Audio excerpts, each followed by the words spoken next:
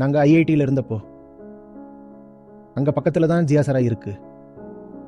பிள்ளையார் சிலைகள் எல்லாம் பால் குடிக்குதுன்னு அப்போ ஒரு பேச்சு கிளம்புச்சு. ஐஐடிக்கு ஒட்டினாப்பில் இருக்கிற அந்த ஜியாசராயில் ஒரு சின்ன பிள்ளையார் கோயில் இருந்தது. மக்கள் அங்கே கூட்டமாக போயிட்டு இருந்தாங்க. காலையில் அங்கே ஒரே சத்தம். இதை பற்றி தான் பேசிட்டு இருந்தாங்க. சரின்னு நாங்களும் என்னதான்னு பார்க்க போனோம். அங்கே போய் பார்க்குறோம். என்ன நடக்குதுன்னு கண்ணு முன்னாடியே தெரியுது. அங்கே போன நாங்கள் ஸ்டூடெண்ட்ஸ் எல்லாரும் ஒருத்தர் பார்த்துட்டு சொன்னோம், கேபிலரி மோஷன். என்னது கேபிலரி மோஷன்? ஆமாம், ஒரு 5-6 நிமிஷம் பார்த்தோம். அப்புறம் கிளம்பிட்டோம். மக்கள் வர்றாங்க, பாலை சிலைகிட்ட காட்டுறாங்க. அந்த பாலோட அளவு கொஞ்சம் குறையுது. அதை 1 நிமிஷம் தான் பார்த்தோம். ஏன்னா பார்த்த உடனே அங்கே என்ன நடக்குதுன்னு எங்களுக்கு புரிஞ்சிடுச்சு.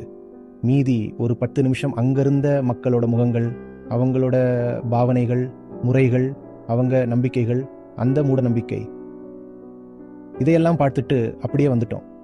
இந்த உலகமே எதையோ நம்புதுங்கிறதுக்காக நீயும் அதை நம்பணும்னு என்ன கட்டாயம்? நீ ஒரு இளைஞன். உன்னை நீயே ஜென்ரேஷன் ஜி இல்லைனா ஜெட்னு சொல்லிக்கிற. உனக்குள்ள ஒரு துடிக்கிற இதயம் இருக்குல்ல. நீ இளமை துடிப்புள்ளவன்.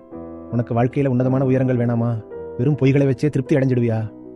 உண்மைன்னு ஒன்று இருக்குல்ல, அதுக்காக உனக்குள்ள ஒரு இயக்கம் இல்லையா? அன்பு, அது உனக்கு தெரியாதா? ஒரு காதல் இல்லாமலேயே நீ இளைஞன் ஆகிட்டியா?